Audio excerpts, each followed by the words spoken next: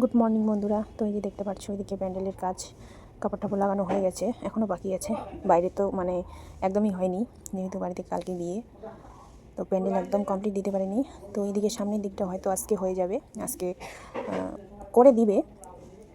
তো বাকি যা প্যান্ডেল আসছে খাওয়া দাওয়ার মনে হয় না আজকে কমপ্লিট হবে। এই যে এদিকে খাওয়ার প্যান্ডেল হবে এদিকে,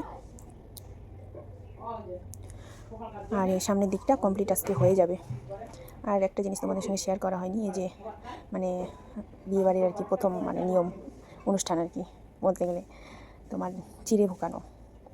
তো আমাদের রাজবংশীদের এটা একটা নিয়ম আর কি, যে বাড়িতে বিয়ে লাগলে পরে এরকম করে চিড়ে ভুকা মানে চিড়ে ভুকাতে হয় আর কি, যেটা রাজবংশী ভাষায় বলে আর কি, জানি না আমি কে কী কোন ভাষায় বলে। তো এই যে চিড়ে এসে করার জন্য এই সবাই পায়ে আলতা ঠালতা পরে নিচ্ছে, এটা নিয়ম পড়তে লাগে। তো চিড়ে ভাজা হচ্ছে, এটাকে ভেজে নিয়ে তারপরে ভুকোতে হয়। তো এই যে মানে চিড়েটা, এই চিড়েটা আবার বিয়েতে পুজোর কাজেই ব্যবহার হবে, বাড়িতে যে পুজো হবে পুজোর কাজে এই চিড়েটাই ব্যবহার করা হবে।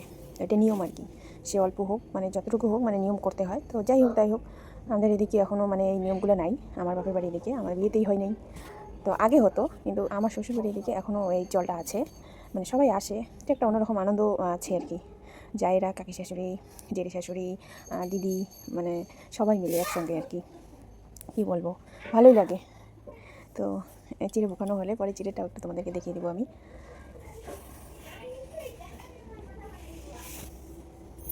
চিড়ে বোকানো হয়ে গেছে, এখন চিড়েটা একটু দেখিয়ে দেবো কীরকম হয়।